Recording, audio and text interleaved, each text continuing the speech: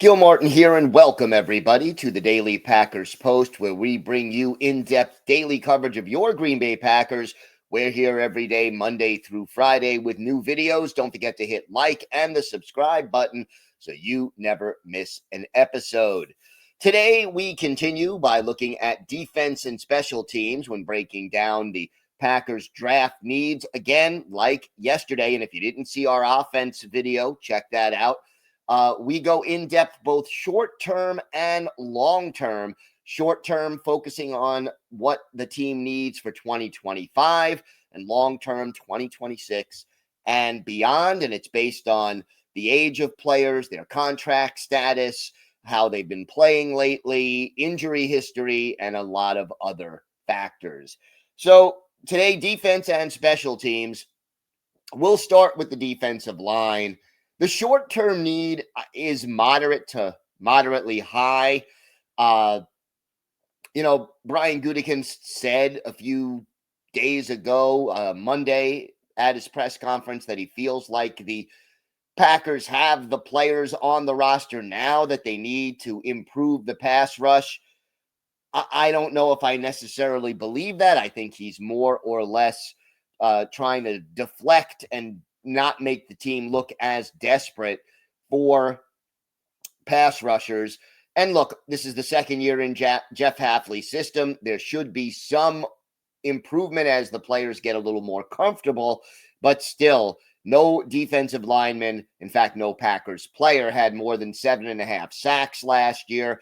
And Hafley indicated he prefers to generate pressure with just the front four more often than he was able to do last season. So your incumbent starters are Rashawn Gary and Kingsley Enagbare at the end positions, with Lucas Van Ness and Brenton Cox being your backups. The Packers want more from Van Ness. This is his third season. He has yet to start a game. He played the run better last year, but boy, he needs to develop some pass rush moves to go with that athleticism. Brenton Cox played only in the last 7 games of the year and did record 4 sacks. So he flashed some ability. The question is, could he take a step forward and do it over the course of an entire season? If he does, that would be a big step forward as well. Inside, Kenny Clark is the veteran, but he had a very disappointing year. Was it the toe injury? Was it adjusting to the 4-man front? A combination of the two. The Packers need him to bounce back. Devontae Wyatt is in the final year of his contract. He had 5 sacks from the interior line, but is not a full-time player. And then the depth is Colby Wooden and Carl Brooks. Brooks at least did give you some juice as a pass rusher in his rotational role. The long-term need, however, is moderately high. Why? Well, Wyatt, as I mentioned, in his contract year. Will he be back in 2026? Clark, his cap hit is more than $30 million for 2026. Even if he bounces back, in order to stay, he'll either have to restructure or more likely take a pay cut because he's just not going to be worth that kind of a cap hit, regardless of how well he plays. Enagbare, also a free agent after this season. So again, there's a talent need and then there's a long-term need. So the long-term need, much more substantial than even the short-term need. And defensive line is an area the Packers could address on either day 1 or day 2 of this draft. And I think we'll see multiple picks here. Linebacker, the short-term need is moderately low. This year you've got Edgerrin Cooper, you've got Quay Walker. They're going to be penciled in as starters, and then it's either Tyron Hopper or Isaiah McDuffie for that third starting spot. Hopper, a third-round pick, barely saw the field on defense as a rookie.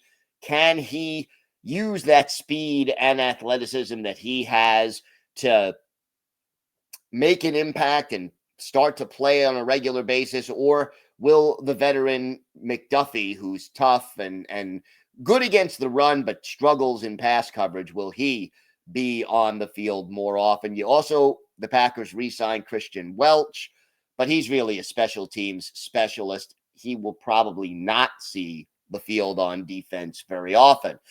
So the short-term need is moderately low, but the long-term need I would rate as moderate. We know Quay Walker is in the final year of his rookie contract. But will he be back? Obviously, that is the key factor. If he is back and he plays better, then the need becomes moderately low. But if he's not back, the need could go as high as moderately high. Cornerback, the short-term need is moderately high, mostly because we don't know what's going to happen with Jair Alexander. Is Alexander going to be back? If he's not, then the need goes up. You have Carrington Valentine, Keyshawn Nixon, and then free agent addition Nate Hobbs. You have Javon Bullard in there, but none of those guys are shutdown guys. Kalen King adds a little depth. Again, it's moderately high because you don't have a clear-cut number one guy, a shutdown guy.